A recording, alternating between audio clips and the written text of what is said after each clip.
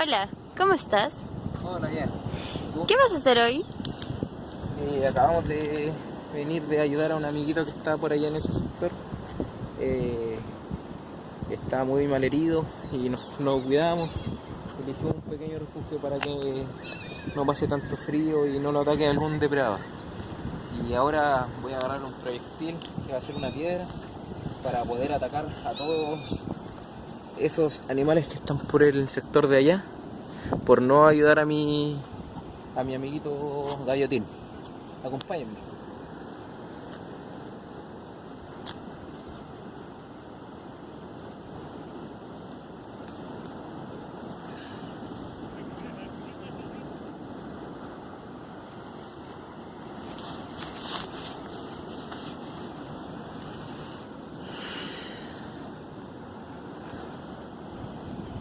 Ahora amigos, vamos a proceder a atacar esa bandada de pájaros que está posada sobre la piedra.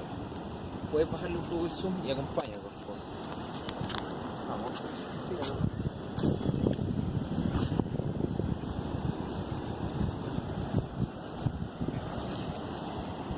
Si quieres me espera acá para no bajarte y aumenta un poco la visión de la cámara. Yo voy a pasar aquí.